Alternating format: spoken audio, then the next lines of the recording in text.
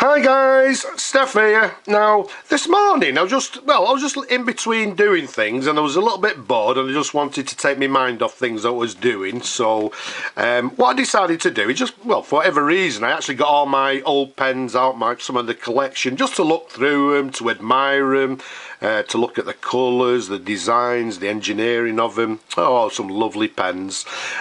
Yes, I know, you people do the same, I'm sure you do. I think it's a pen thing. Anyway, as I say, I was looking through and I found a pen that I actually forgot I actually had.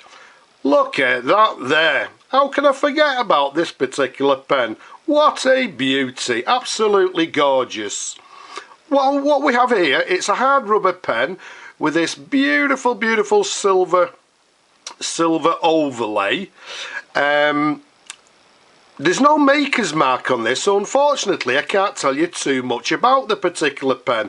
As I say, no maker's mark on it, so it could be an early Parker pen, it could be a Swan pen, it could be, well, an early Waterman's pen, it could be anything. Unfortunately, like I say, no maker's mark, so I'm a little bit baffled. The only thing I can tell you, as I say, it's hard rubber with a beautiful silver overlay. Another thing I can actually tell you, if you look at that little band at the bottom there, I don't know if it'll actually be visible to you because it's a little bit on the worn side, so what I'll do, I'll slowly twirl it. And what it actually, the hallmarks actually have, it has a lion, it has a leopard's head without the crown, which tells us this is hallmarked for London. And what it also has is the letter T, which tells us this isn't a vintage pen, it's actually an antique pen, because the letter T is dating this pen to 1914. So, blooming heck, we've got a pen here that is over 100 years old, and what a stunning example. Beautiful.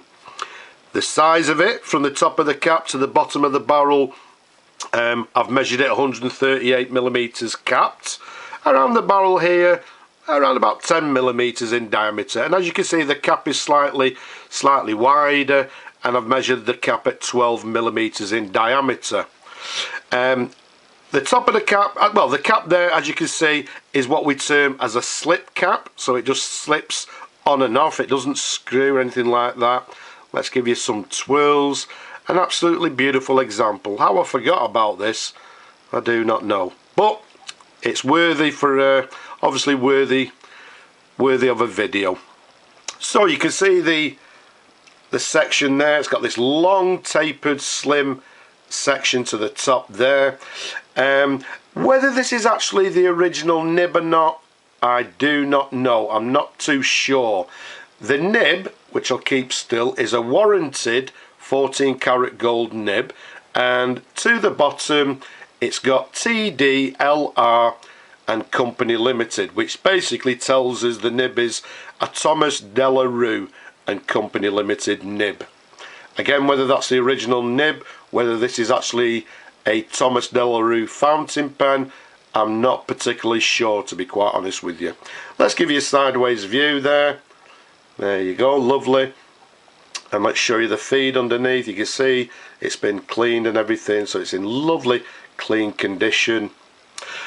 And well, one thing I've not mentioned, this particular one, or this particular pen, is what we term as an eyedropper fountain pen. And what it simply means is that, well, around 1914, when the pen was sort of hallmarked, what you would actually do is actually unscrew the section to the top there, and simply, in them days they had what they term as a bulb filler, which they'd fill the bulb filler of ink and just simply drip it into the barrel. So it's what we term as an eyedropper fountain pen. In fact, what we'll actually do for you people, because I know you people like to see pens writing, what I do to actually fill these particular pens is use this. Ha ha! Right, Dr. Steph, let's give him some ink. So let's get some ink. Let's bring it a little bit closer for you so you can see. And I'm not going to put a lot in, so there you go. I think I think that's more than enough just for a writing sample. And what we do is pop the needle into the barrel and let's give it some ink there. Okay, I've left a little bit in there, as you can see. Let's pop that back in the bottle.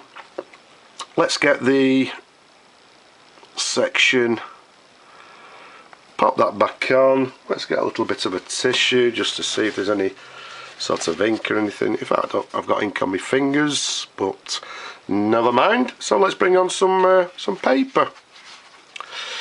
Right, so what we have here is I'm just going to say a fountain pen, which is dated circa 1940s. Now, the nib on this particular nib, as I say, is a Thomas de la Rue. They're quite renowned for being flexible, and this nib has got some lovely flex. It's actually a very nice writer too. It's lovely and smooth. It puts some of the modern pens to shame, this would. So let's see how flexible we can go. There we go. On the downward stroke, as I say, I'm getting quite a broad nib, broad line. So there's a nice bit of variation in the line. So depending how brave you want to be with the pressure that you put on the pen, you can get quite a nice variation. So there we go, there's a writing sample. As you can see, lovely variation, but the main thing, a very nice writer. Absolutely lovely. So let's pop the cap back on like so, and there we have it. So what we've got is a antique, over 100 years old fountain pen in black hard rubber with this absolutely lovely silver hallmarked overlay, and again hallmarked in London around about 1914. So I hope you've enjoyed looking at the pen as much as I enjoy showing them to you. Don't forget, your comment goes down there, and don't forget this button here, press it to subscribe. But for now, I'll just say bye bye now.